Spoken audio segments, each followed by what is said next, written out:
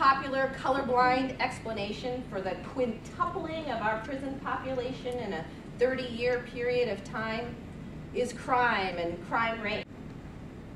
Crime rates not even begin to explain the mass incarceration of poor folks of color.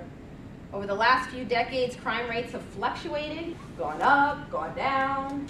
You know, today, as bad as crime is in many parts of the country, crime rates are actually at historical lows. But incarceration rates, especially black incarceration rates, have consistently soared. Most criminologists admit today crime rates and incarceration rates have very little to do with one another in the United States.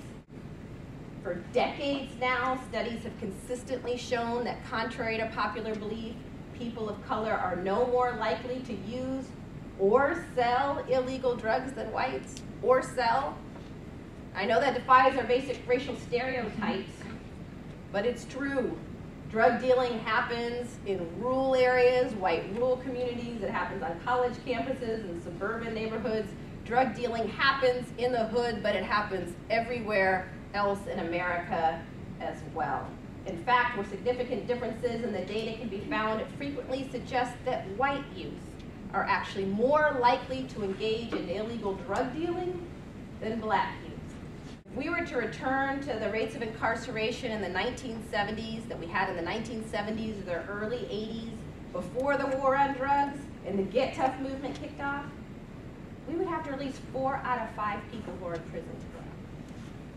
4 out of 5. More than 1 million people employed by the criminal justice system would lose their jobs.